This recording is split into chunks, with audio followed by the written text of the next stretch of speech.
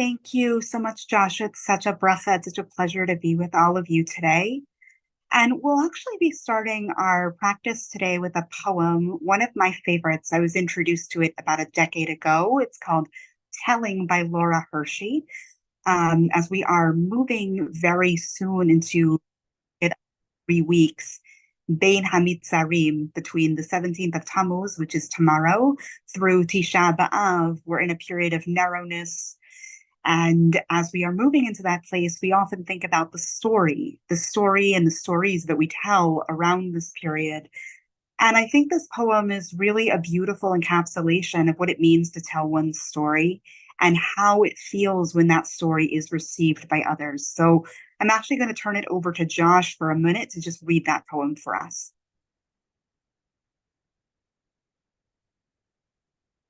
I'm just going to share it on the screen here too for those who are able to read as well. So, what you risk telling your story.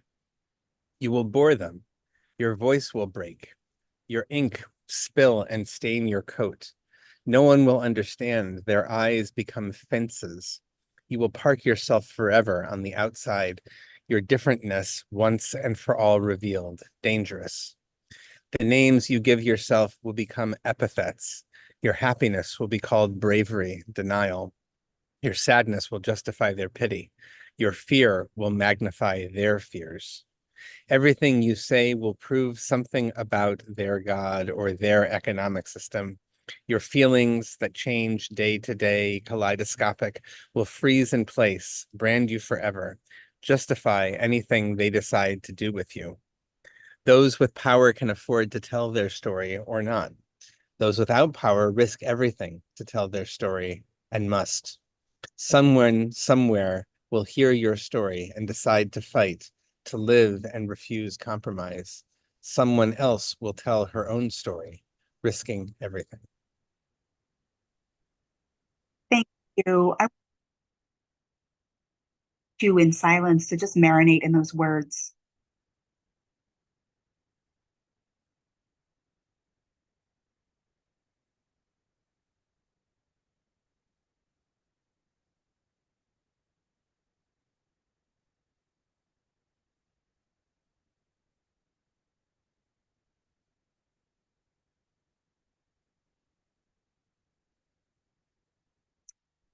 Laura Hershey, may her memory be for a blessing, was a noted disability rights activist and poet.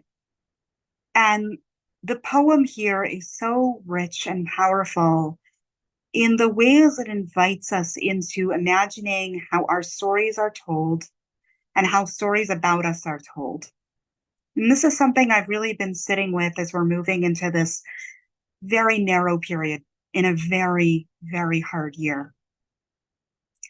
Something that mindfulness can really help us and be very supportive is allowing us to, with gentleness and kindness, be with what is moment by moment, without judgment, without trying to become involved in it or analyze it, but just allow things to arise and pass in the way that we are able. We always want to approach things with kindness and compassion towards ourselves and others. And we're about to enter a period in our sacred calendar, our very wise sacred calendar, that invites us to turn towards what is, that invites us to turn towards what's difficult, what we really often don't want to be with, we don't want to turn towards. And we're invited to sit with our collective story of rupture and repair, our collective story of destruction. But we're also in this time, I believe, encouraged to sit with our own personal stories and to invite ourselves to allow that to be here without adding additional narrative to what's already painful. And again, and I will overemphasize this, we do this in a way that is our window of way that is kind and compassionate. That is our intention. We're always trying to approach this time with gentleness.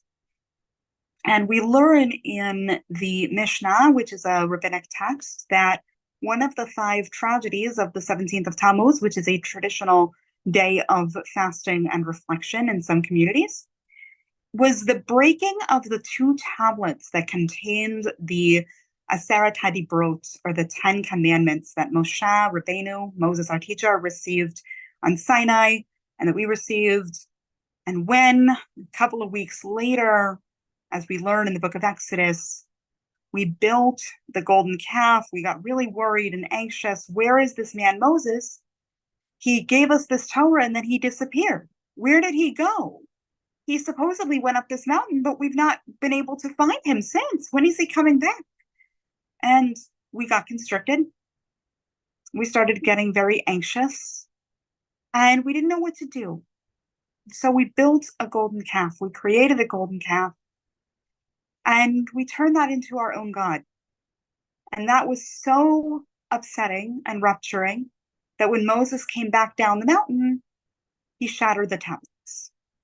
And that is seen and understood as a time of tremendous rupture in our own Jewish collective story, as is the conclusion of the 3 weeks with the destruction of both temples on Tisha B'Av. That is considered one of the calamities. And we're at a time, of course, when one might reasonably ask, isn't it just a little bit too much this year? Haven't we had enough of brokenness and mourning and calamity? Why on earth do we need the 3 weeks? We've already been through 10 months almost. And this is where I really believe that practice can be an incredible guide for us, because we're invited in this time to acknowledge the narratives that we have been told about why we observe the 3 weeks in many communities, having to do with destruction and rupture. And we're also invited, as we're told in mindfulness practice, to really imagine ourselves thinking about the ways in which we can get lost in story, right? Sometimes we find that we are so caught in how we understand events that unfolded that we almost accidentally create even more pain and suffering. I think about often how in Laura Hershey's beautiful poem, she talks about telling our story, but what happens if we tell our story? That will somehow make them, the receiver, feel a particular way, right? That will make them feel that we are something or other. We will add more suffering to our own experience of story, and we get caught in that place. And especially during this time, I think that the tradition really wisely says, we have these 3 weeks where we're with that story. We're able to do a lot of deep investigation without judgment, being with what is, thinking about the past, thinking about what we are. But more importantly than that, we don't end there, right? As Alan Liu, one of our great teachers, Zichrono Livracha, talks about, this is the beginning of a cycle that gets us through to the Chagim, to the holidays in the fall, where we come out of the 3 weeks and then we go into 7 weeks of consolation. We go from 3 weeks of narrowness and 3 weeks of turning towards to 7 weeks of really building back, reminding ourselves of what is pleasant and what is lovely, even amidst and even alongside what is really hard. And that's another piece of the practice, right? That it's not all one thing or another thing, that actually the world is multivalent and that we're having experiences all of the time that are really hard. And simultaneously, there are beautiful things we can take delight in at the same time. And so when the tradition carves out this time, we are able to use that as a way of really anchoring in both of those truths. And I want to now move us into practice where we're sitting in what we call an open awareness practice. And in this open awareness practice, we're just going to notice without judgment and with kind attention anything that arises in our field of awareness, whatever that may be for you. And without getting involved or clinging or analyzing, we just want to notice what arises, and we notice it pass, and we notice the next arise and pass. And we're just able to be with things as they are, moment by moment, recognizing the experiences that we have are multivalent and ever complicated. So, with that as our anchor, I want us to now move into some sitting together, and we will sit together for about 12 or so minutes, and then we'll come out of the sit and we will move to Kaddish. We'll sit together now.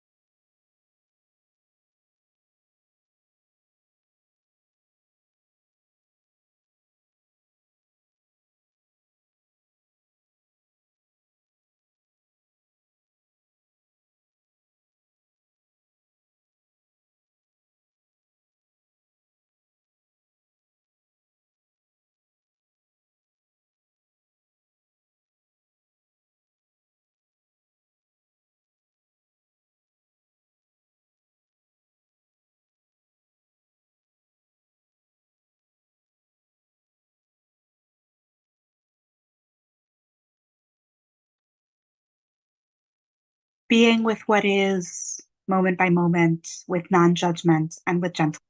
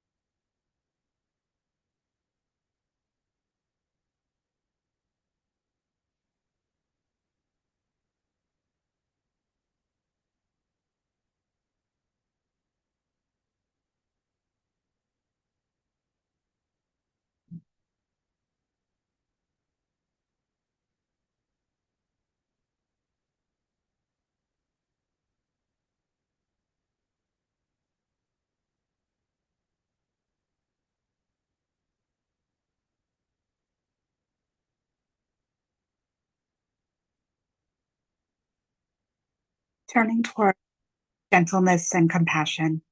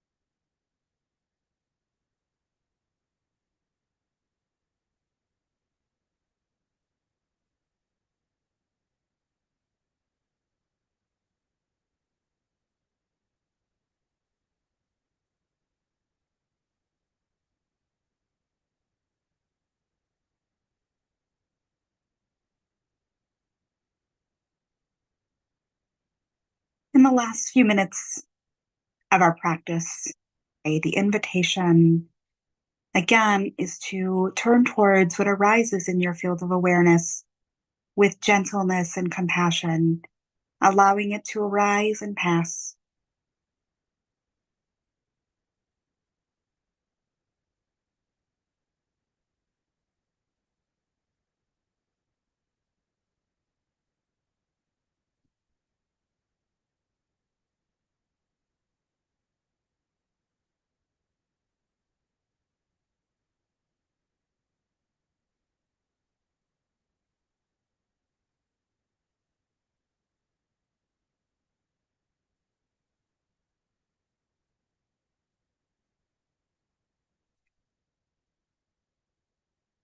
May the next 3 weeks be a period of practice that allows us to, with gentleness and compassion, be with what is moment by moment, without judgment, without self blame, without adding story to the story.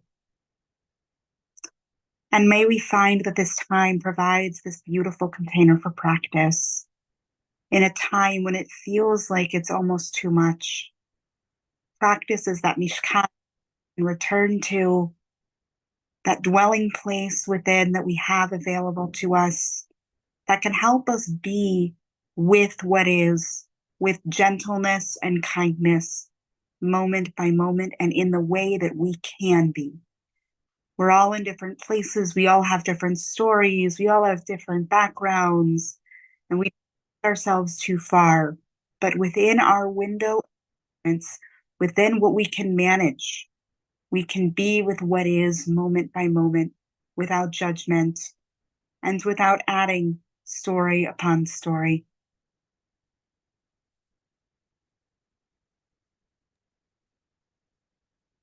Thank you, Lauren. Thanks so much for your teaching and for the poem and for the Mishnah and for the practice. We'll have a chance to do some reflecting with Rabbi Lauren Tuchman in just a moment. And before we do that, though, this is now an opportunity for those who are reciting Kaddish, remembering loved ones, and to do so, we'll put the text up on the screen. Thanks to Jordan for her help with that. And if you want in the chat, you can enter the name of anyone you are remembering today in reciting the Mourner's Kaddish. And I will invite you to also unmute, and you can join me in, we'll say it together.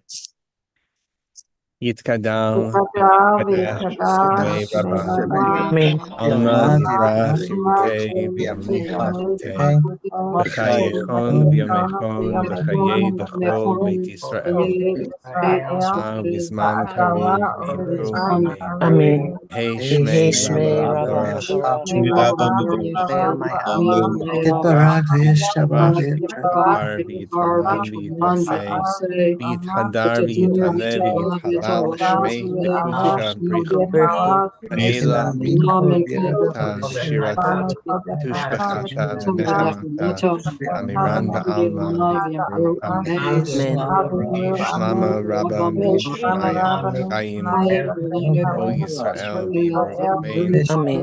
Yiseh Shalom Aleinu Yiseh Shalom Aleinu V'Yakol Yoshvei Tekel V'Yimru Amen. Amen.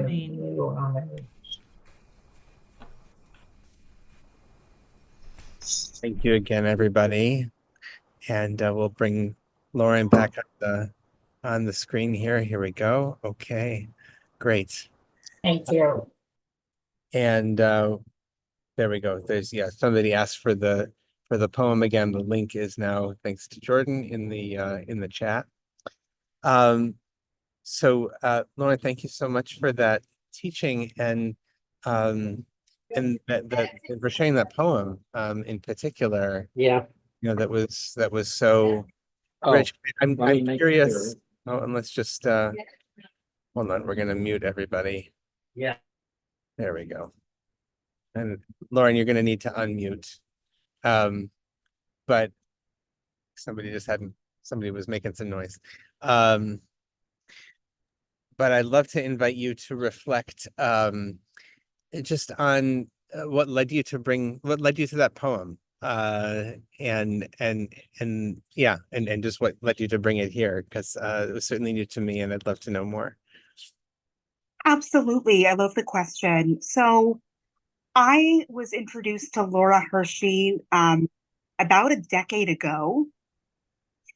And it was at a time in my life when I was really grappling with what it meant to be, in rabbinical school and going through that process and navigating what that was for my own personal experience and finding a poet who so beautifully encapsulated and really just embodied in a deep way what it meant to be with story. People would ask me, what's it like to be in rabbinical school? And what was your journey like? What kind of supports did you need? And all of those things. And often it felt more like trying to, it was less about a posture of hitlamdut or curious mind. It was more, I sort of felt like I was, being asked 20 questions all the time, right? And I didn't have at that point in my life, I was really moving towards contemplative practice, but I definitely did not have the skill set, right, to know how to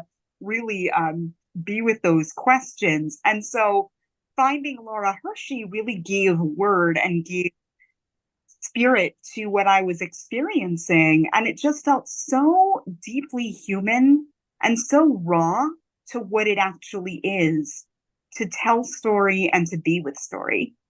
Mm. Yeah, it's so interesting because so many of us, I think you're articulating something that I'm sure you experience in your own way with your own set of conditions of your life, and as all of us do. But the question of, so tell me, tell me your story. Tell me, tell me about your, that's a conversation question so many of us have. And I thought it was really interesting the language that was in here about those with power can afford to tell their story or not. Those without power risk everything to tell their story and must. And I wonder if you just wanted to comment a little bit more on that, because that to me was a real nugget, a focal point of the poem, and just that hinge of power and powerlessness, which of course is such a dynamic of Jewish life today, that we're constantly wrestling with. I wonder just what you hear in that, and I'd love to hear from others, from folks on the chat as well, what you hear from in that line about those with power can choose whether or not to tell their story. Those without have to risk everything to tell it. Yeah. So what I hear in that is the truth deep in my neshama, deep in my soul, that when you choose to tell your story as someone without power in a given system, the way that that gets received is beyond your control, which is true for all of us, right? When we tell our story, when we put our narrative out there, we no longer control the narrative, right? As much as we would like to. Certainly, something I've had to work with in my own practice is that grasping, I should say. Like, I don't. It's my story. Don't, I don't want to lose it. I want to hold on to it, right? Like that grasping. Mhm. I think if you are someone, in my experience, without social power in a given context, um, it's even scarier because you don't know how it's going to be received, and you don't know how other people are going to react. And part of what mindfulness practice really has helped me with is actually realize that actually at the end of the day I can't control how other people are going to act. How do I show up with wise discernment? Mm. And Laura Hershey was somebody who lived with a very significant physical disability. And when she was a child, she was part of the Jerry Lewis Telethon, which I don't know if folks are aware of, but I don't know much about it. But it was a show that a lot of kids with disabilities were on, and it felt really deeply patronizing. And a lot of activism came out of that from those who had been part of that as children. The feeling of like my story is no longer mine, it's become this other thing, it doesn't reflect me and my full the joy of my life and all of that. And so I think a lot of that arises from that lived experience. And for me, it just feels so cogent um, as a Jew, because we're about to enter a period of time in which story plays a really important role, right? Why was the temple destroyed? Because of baseless hatred. That's why the temple was destroyed. If we had only not engaged in baseless hatred, then the axis mundi, the center of our world, would not have been destroyed, right? The rabbis teach us that. And Mm. I understand that that is story atop a story. Meaning, it's not that it isn't true. Obviously, I am strongly in favor of more sinat chinam in the Jewish world all of the time. We desperately need that love without limitation. We desperately need that, right? And at the same time, when we add, to our own when we add to our own story of destruction, I mean, we were, a small nation against a much larger Roman Empire, and they were going to come, and things happened as they happened. But then we add to it, creating both a sense of a spiritual possibility for growing as a people, but also creating a lot of pain. And I think that for me relates back to Laura Hershey's line of, when we tell the story of what happened, we're risking a lot, right? When we talk about the destruction, we are risking so much. We're risking how other people are going to react. We're risking how we ourselves react. Like there's a lot there, but we have to tell this story because it's so central to who we are. And the only way we can work through it is by telling it. Mm. It's reminiscent to me of, there's a lot of discussion uh, in the 1970s, I think, especially 70s and 80s, about, telling stories, Holocaust survivors, and telling their stories, right? And, and Elie Wiesel kind of famously talking about, we can't tell anything and yet we have to tell things, right? And that language can never capture it.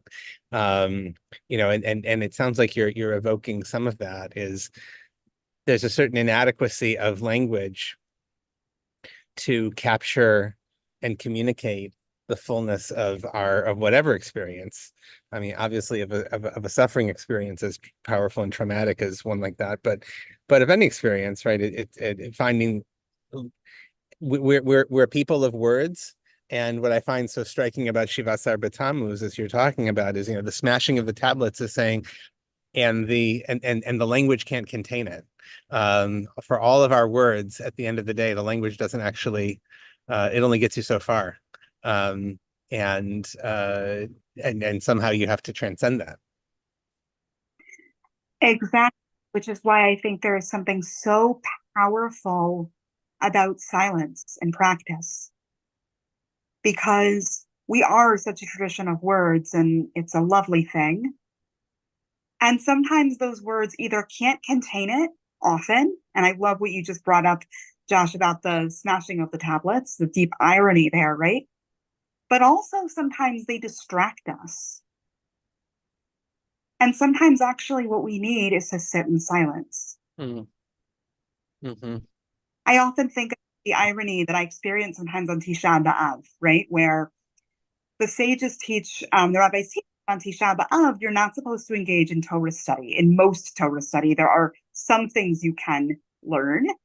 Because why? Because Torah study brings us delight and pleasure.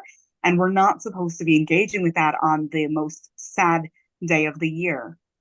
But what I find so interesting is that because we are so limited in what we can learn, I have been in settings in past years where it's one Jewish class after another on the limited, canon of Torah that we can learn on Tisha B'Av, but it's so many words constantly, and it's such an interesting thing. It's like, actually, what I think we want to do is sit in the brokenness for a day. Right. Maybe that's because I'm a mindfulness person. I don't know, but I just feel like, our practice is so appropriate for Tisha B'Av and for this time to just sit there with it in the way that we can. Of course, we always want to be very aware of what we are able to sit with. Right. We're able to do so, to be able to let go of some of those words. Yeah. Yeah. It's a really, really good point that you're making. And I've had the same experience where I feel like, it's almost like you're abusing the privilege when you see like these day-long study things, with all these amazing teachers who are teaching all of this stuff about, Lamentations and Job and, Kamsa and Bar Kamsa and whatever. And you can, or studies in the keynotes and all the different prayers. And it's like, okay, but you're kind of there's a part of it. It's like, I think you're missing the point, or we're missing the point. I Yeah. should say that Lauren was the first person. We were in the same cohort of the IJS clergy leadership program, and Lauren was the first person in the program who I met because we met up in the airport beforehand on the way to our first retreat. So anyway, that it just something in that just reminded me. But I sense that connection. I'm curious to hear from folks in the set about for you, what's coming up in this question of telling our stories. I mean, I feel like for sure that's a question that many of us are wrestling with around the current situation in Israel, and what stories we tell, what stories we don't tell, who we tell them to, who we don't tell, what we feel like can be believed and will be believed and what won't. The notion of being gaslighted, as people say, um, I feel like that's constantly present or has been, for the last 9 months, and has been one of the real, just enormous challenges of this time. Is when we get to that point of that there's not words, it's often because we don't know what to say, right? And we don't know how it'll be received. And there's a lot of risk in it feels like sometimes in saying whatever we're saying, whatever story we want to tell. So I'm curious to hear, there's been some nice reflections coming in here. Marilee says that telling my story sometimes people put me in a box and see everything I do through that lens, right? Susan reminded us that there is much to be said for all that is told non-verbally, face to face, in taking in the body language, gesture of the storyteller, as well as how it's being received, the tone, I would add, etc. But presence can certainly make a difference. Harris had reflected that daily people ask, "How are you?" which can be interpreted as a request about our story in this moment. We can choose to answer honestly or politely. It's a risk either way, right? It's like, well, how much time do you have? Or do you just, are you just like, I'm fine. when like nobody's fine. Right. So yeah, a lot of good reflections coming in here. Yeah, to say one thing about that also, which is that so much of how we can tell story and how story can be received is deeply relational. Mhm. It's very different lived experience. It's very different to be asked by a community or by an individual to tell a story. First of all, what do they mean? Well, I definitely have a sense of what they mean by that. And there's a certain sense of their assumption of what my story is, right? Kind of air quotes around my story. But also, it's so much different when you're actually in real reciprocal relationship. And I worry deeply about our spiritual well-being in a world in which we are so siloed, and especially in the last 10 months, but even in the many years prior, we are in such places where we only experience through our algorithms things that reify our understanding, Mm. makes being full human being complicated feelings and relationships and attitudes and approaches really difficult because we get so simplified. And that happens to, us as Jews, it happens to those of us with disabilities, it happens to all kinds of people.